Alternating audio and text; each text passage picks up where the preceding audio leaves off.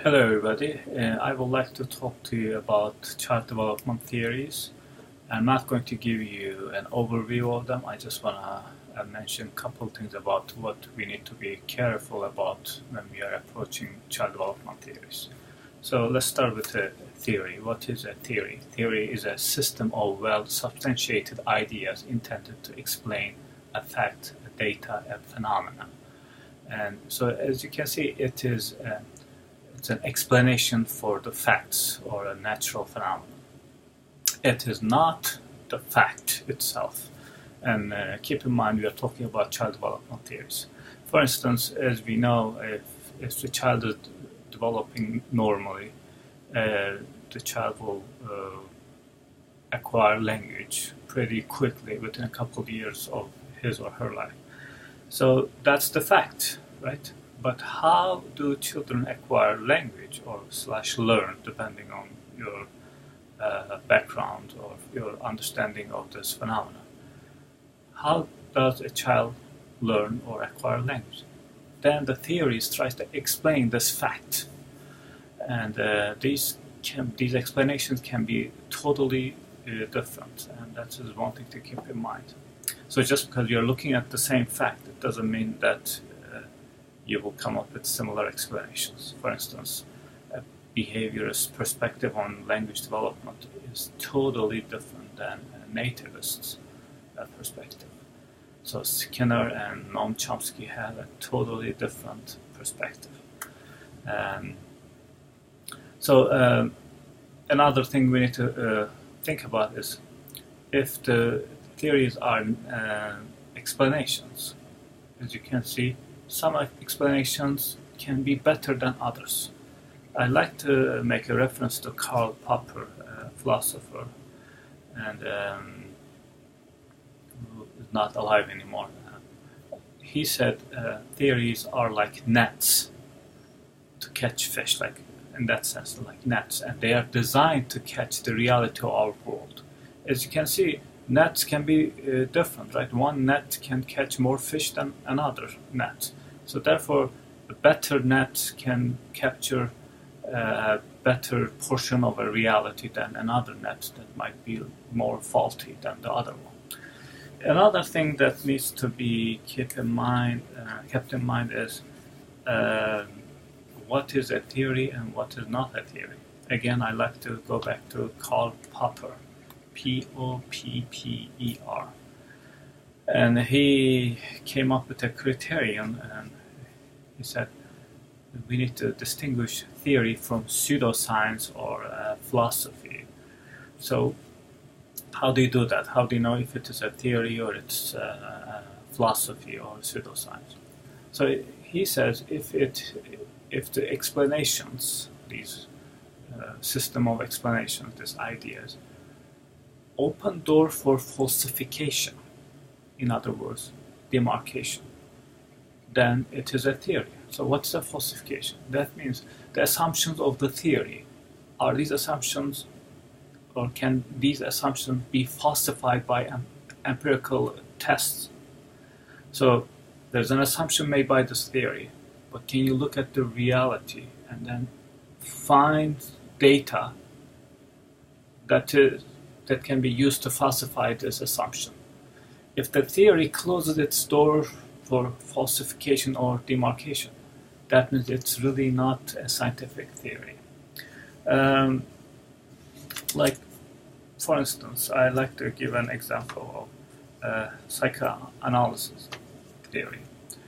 Like Freud came up with this theory, but at least parts of this theory, maybe not the whole thing, depending on who you talk to, but I think, to be fair, I think at least some parts of this theory sound like a philosophy to me than a theory.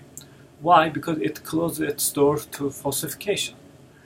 How can a theory close its door to falsification? That by claiming that it will explain everything. Like psychoanalytic theory pretty much explains or attempts to explain all humans' behaviors. For instance, if I bring a child with some sort of issue, Freud would certainly come up with some explanations. He wouldn't say, I'm sorry, my theory fails to address this child's behaviors. He wouldn't say that because it's such a comprehensive theory that it will come up with an answer. So it attempts to explain everything. If a theory attempts to explain everything, that means it explains nothing. If it is too complex, too comprehensive, it means it really does not address the issue at hand. For instance, let's say we bring a child or an adult goes to a psychologist, and the psychologist, or let's say the psychologist happened to be Freud, and then say, I have this problem. Freud can say, this happened because of something that happened in your childhood. There's no way to falsify these assumptions. Childhood is over. For that adult, it's over, and there's no way to falsify this claim. And if there's no way to falsify a claim, that means it's more like a philosophy idea than a scientific theory. Like on the contrary, like for example, let's look at Piaget's theory. So you can look at Piaget's theory, at least part of it. You will see that it is open for falsification. Why? Like, for instance, Piaget says children in pre-operational stage, they tend to be egocentric, and he came up with this 3-mountain problem task, and which in that task he examined children, and then he found out that they display egocentric behaviors. Now, can we do that test with other kids and then see if this assumption holds water? Is this open for falsification? Yeah, we can bring some children and do this 3-mountain task and then see if they display egocentric behaviors. So as you see, not all theories are the same in the eyes of science. So that is something to keep in mind. Like another theory, I think it's kind of problematic in my mind, is that ecological system theory. It's because it's way too complex. Everything within a child's environment could affect his or her development. So if even a little thing can affect all the other things, and the theory is way too comprehensive, way too complex, it's hard to test this theory. It really is hard. So when it's hard to test, that means it's hard to falsify it. And if it's kind of it closes its door for falsification, then in my opinion it falls into more of a philosophy than the theory. And another thing to keep in mind is Karl Popper's this criterion of falsification or false demarcation. Even though I think that's a very useful tool to determine what is a theory, what is not a theory, or what's a pseudoscience, or it's not something that is accepted by all or majority of the scientists. So it's something to keep in mind. But I think it is, in my mind, it's a very useful tool. Another thing that's important is sometimes people say this theory explains this part of development very well, but not this part of development. Another theory explains that part better than another theory. So why not combine them, right? That's the logical conclusion. Well, it sounds like logical, but oftentimes it is not really possible.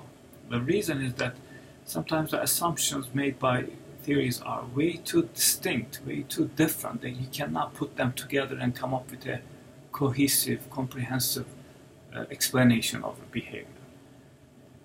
Some things just don't mix, as you see. Some similar perspectives, yeah, it is easier to mix them and then come up with a comprehensive understanding of child's development that makes sense. But some things don't. Like, it's very hard to combine behaviors theory and nativist theory. It's hard to, when you listen to what Skinner says and what Chomsky says, it's very hard to put these together. Some things don't mix well, while some other things can mix well. It's like an iceberg. The part that we see is a small part of an iceberg, and we might say, hey, and other pieces there and other pieces here. I say, why not put them together? Well, sometimes it doesn't, because there's a huge bottom part that you don't see. When you take this part, it comes with that huge, gigantic bottom part, and that other one, it just doesn't get close to one another. It has to stay away from it because of the body that's not easily visible to us. So these are the things to keep in mind when approaching child development theories. These are theories, not facts. And we, as people who are studying these theories or reading about these theories, we need to be critical about these theories. Do they make sense? Can I falsify these assumptions or not? I think this is an important question to ask while we are approaching these theories. Thank you very much, and if you have any questions, suggestions, make a comment. Thanks.